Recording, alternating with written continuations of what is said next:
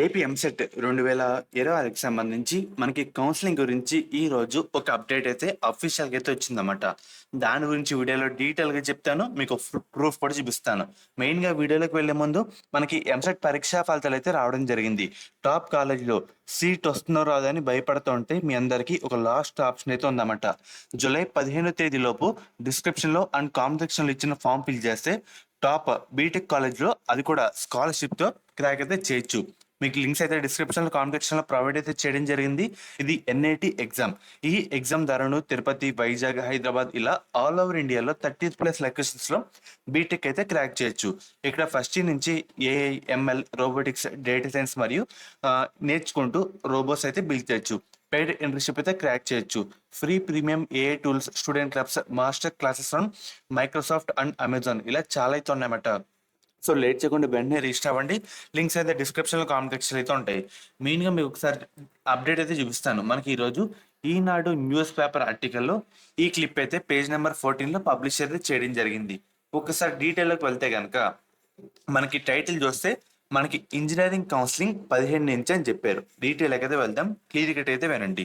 మనకి ఏపీ రాష్ట్రంలో ఇంజినీరింగ్ ప్రవేశాల్లో ఈ నెల 15 నుంచి కౌన్సిలింగ్ అయితే నిర్వహించాలని ఉన్నత విద్యాశాఖ ప్రాథమికంగా నిర్ణయించింది. అంటే మామూలుగా వీళ్ళైతే ప్రాథమికంగా అయితే అనుకున్నారన్నమాట.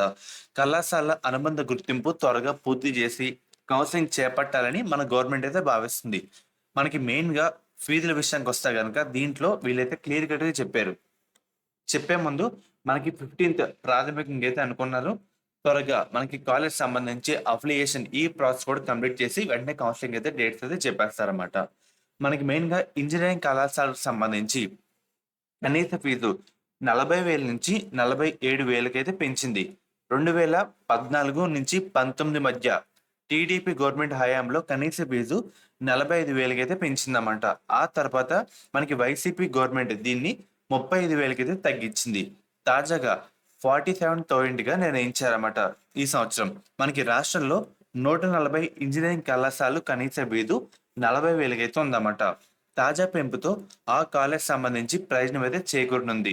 సో మిగతా కాలేజ్ సంబంధించి అంటే లాస్ట్ ఫీజులే అమల్లో అయితే ఉంటాయి. గత ఏడాది ఫీజులే అమల్లో అయితే ఉంటాయి.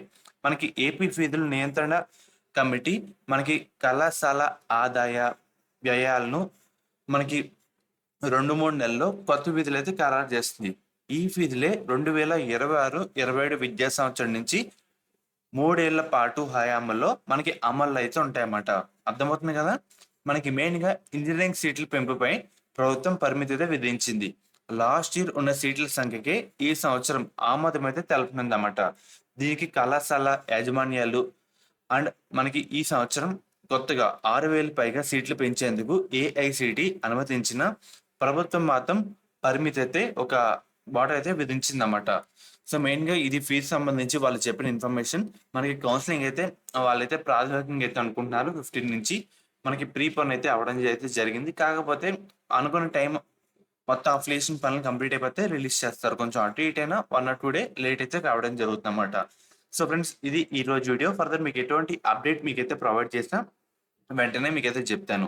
మనకి ఈ సంవత్సరం తాజాగా మనకి ముఖ్యంగా 47,000గా నిర్ణయించిందన్నమాట గవర్నమెంట్ అయితే రాష్ట్రంలో. అండ్ ప్రస్తుతం మనకి 140 ఇంజినీరింగ్ కళాశాలకు సంబంధించి 40,000కి అయితే ఉంది.